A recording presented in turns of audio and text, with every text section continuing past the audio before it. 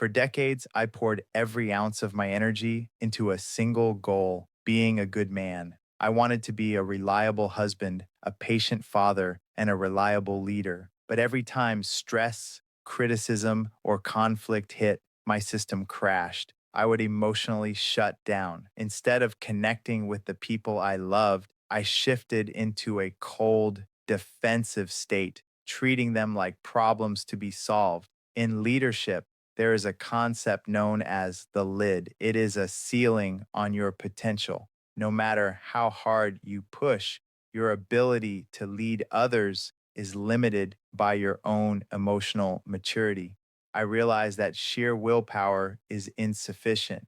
When the pressure spikes, a person cannot white knuckle their way out of being irritable or defensive. I thought the cure was stricter discipline. I woke up earlier to pray, spent more time reading, and held myself fiercely accountable. I assumed I could just try harder. This was my entire operating paradigm for years. Reason plus good choices equals transformation. I believed that if I just acquired the right information and made the correct decisions, my character would change.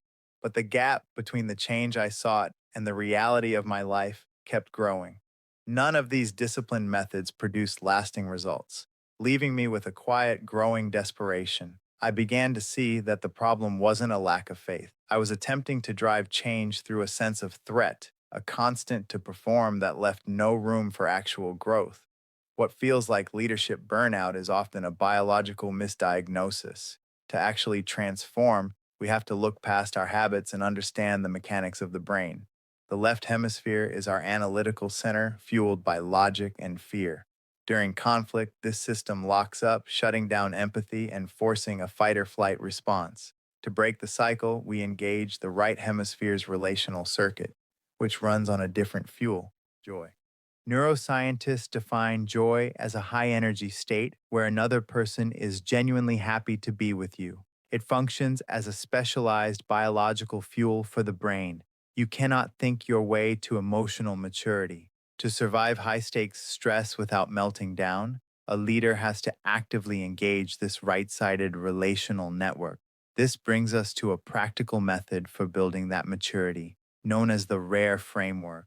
It stands for remaining relational, acting like yourself, returning to joy, and enduring hardship.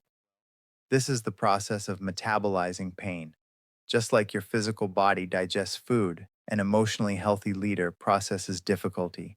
They take in the toxicity, shame, and conflict of their environment, digest it, and output life giving nourishment back into their community. Instead of deflecting stress onto their teams, the leader acts as a biological filter.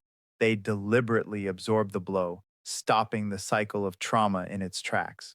The theory of metabolizing pain was put to the test in my own life in 1994 when my mother was murdered by two teenagers. The shock was suffocating. The standard human response is to let the left brain take over, to lock into anger, demand vengeance, and treat the situation as a problem to be eradicated. Years later, I stood in a courtroom looking at the two people who took her life.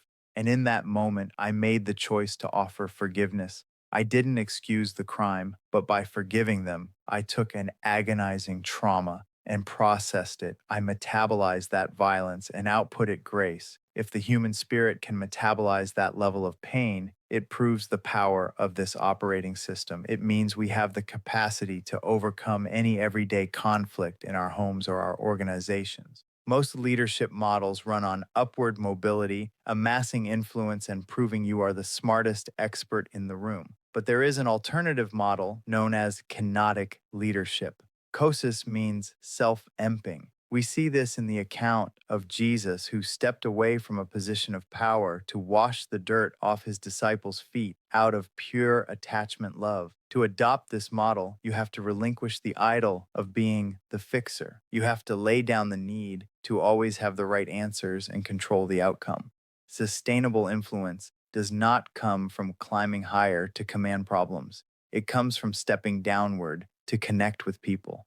Today, my daily reality is a retraining of my own brain. I practice the art of slowing down, asking powerful questions, and listening as a coach rather than instantly giving advice. It also means stepping into the role of the flat catcher.